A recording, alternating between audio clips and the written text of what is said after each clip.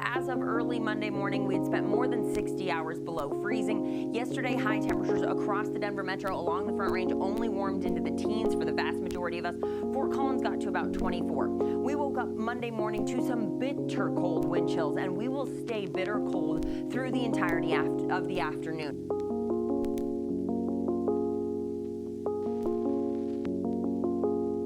Welcome back to the channel. So today we are going to do a quick unboxing, setup, and review of this Mr. Heater propane heater before we jump into the car content. You may have seen in the last video, if you watched it, that I already had one of these. I had it going, but I had the natural gas heater hooked up to propane. Don't sue me. So we went ahead and bought the correct heater, and we're going to get that set up and give it a quick review. I will link the heater itself and any accessories needed to get it going in the description. Let's go ahead and get this guy unboxed and set up. Should be pretty quick since this is the second time I have now done this. And this model does come with the feet. I don't plan to mount this to the wall. This should hopefully just be a temporary solution for this garage. I do want to put in a 220 volt electric heater. Unfortunately, I don't have enough space in my panel, and it's going to require an upgrade of my panel. So that's going to have to wait. But for now, this should work just fine. So I would recommend putting your elbow connector in before you put the legs on. That will make it a little bit easier. So I believe this is required for these threads that actually screw into the heater. These other threads have a tapered end to them, so we shouldn't need to put thread sealant on these. This is how I had the other one set up, thread sealant on these into the heater, and I had no leakage issues. Alrighty guys, and a tip that I would have for you here. Come on guy. When you're wrapping the tape, wrap the tape so that as you screw it in, you are tightening the tape into the threads instead of the threads unwrapping the tape, if that makes sense.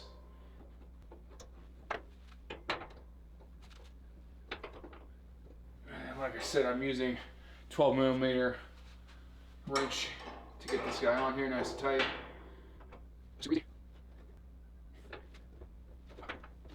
That does get pretty tight. Let's see if I can't get it back around to the back. Yeah, this is gonna be it.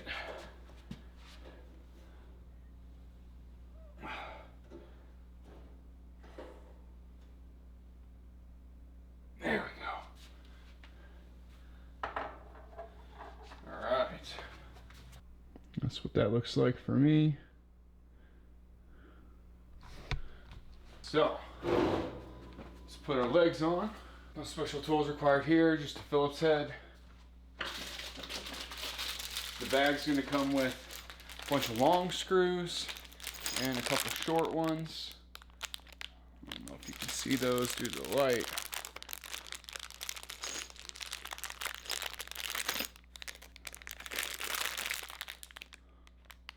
You're gonna use the short ones for the legs. The long end of the leg sticks out towards the front. That bottom one on there a little loose. Make sure you get that top one lined up. Pretty simple stuff here, guys.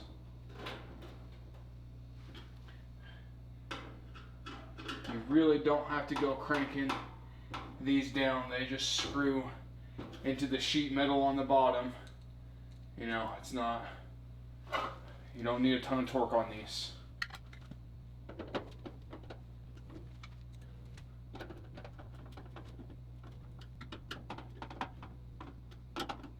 Okay.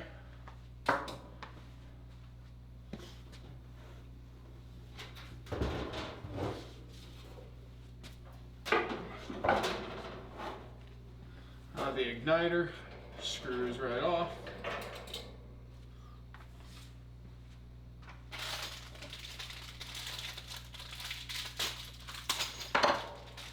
Comes with a battery, like I said. Don't believe the instructions tell you to put this in. That got me the first time. Thought it may have been one of those igniters that didn't need a battery, but that was wrong. Negative side goes down, positive towards the top. Screws right in. I'll show you guys the hose real quick. I will link this as well. Obviously I've already connected this to the natural gas heater, so I have it out, but one thing to keep in mind, these threads that go into the propane tank are left-hand thread. So that is lefty-righty. See how confusing it is? Lefty-tighty, righty-loosey for this. It's kind of a pain with this little plastic ring to help you spin it on, but it's not terrible. And then of course we've got our tapered end that connects to the heater. So let's get that guy on there real quick here.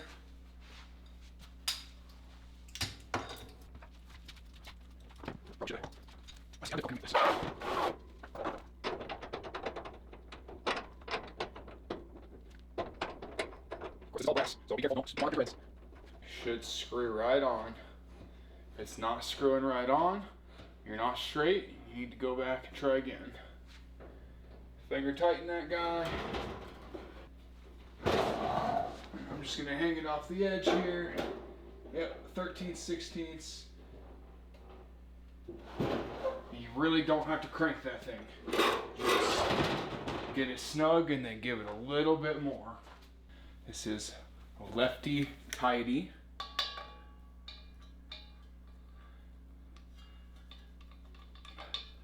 And I actually struggled with this quite a bit the first time. There we go. Get it started. Move your little ring around.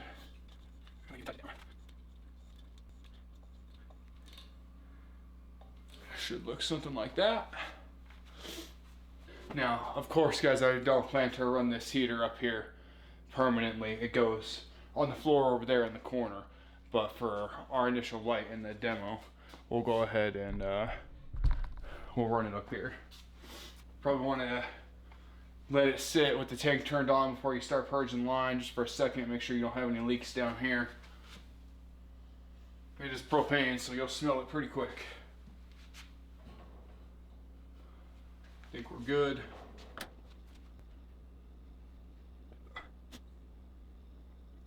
$15-ish.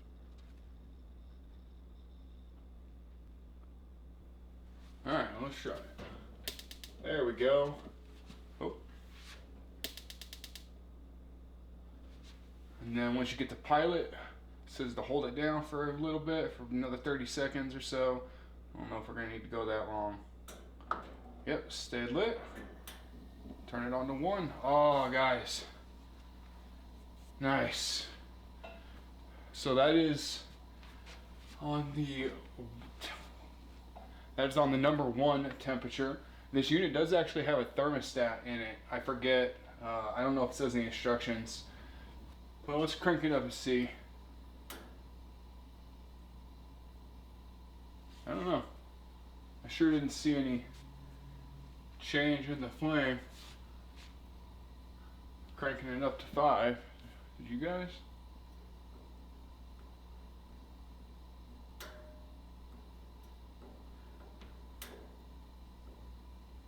If there is, it's very subtle. Alright, well, so that is the setup. Honestly, it couldn't be more simple. Very easy to get going. I'm going to shut this off, put it down on the floor before it gets too hot.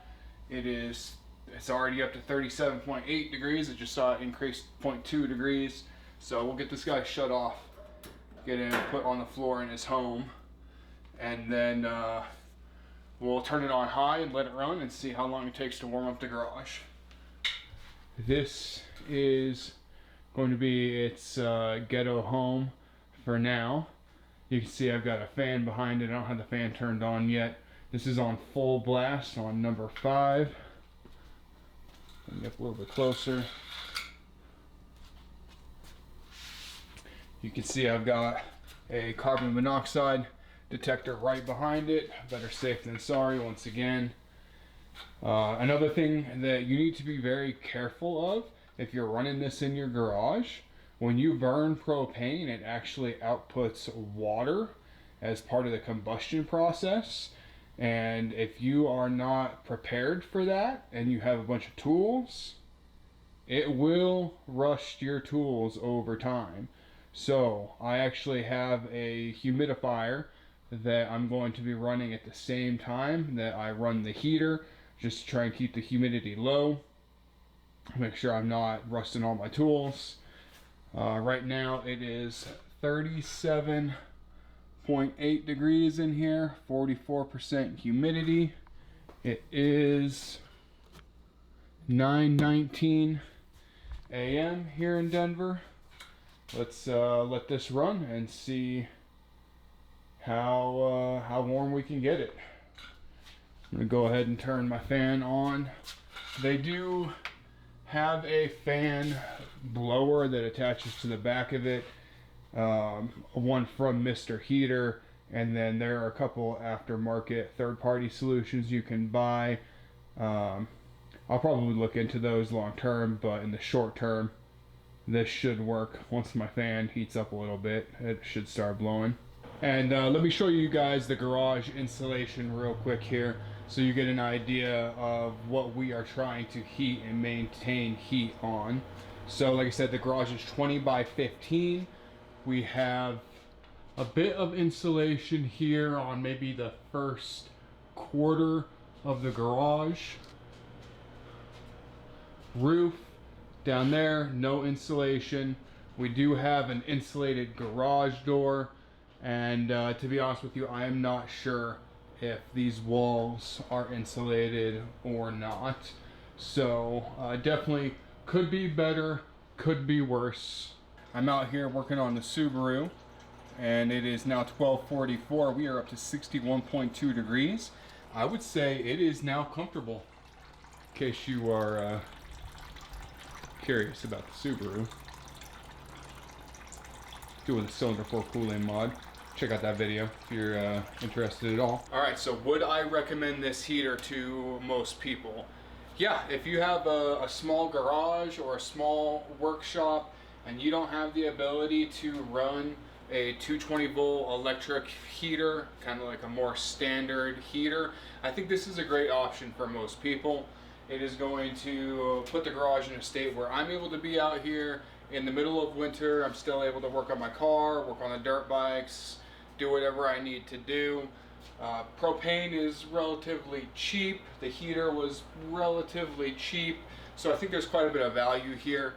Thank you so much for your time. If you like this video, please hit that like button. If you want to continue watching me build stuff in my garage, my car, my dirt bikes, go ahead and subscribe. We've got a lot of great content coming.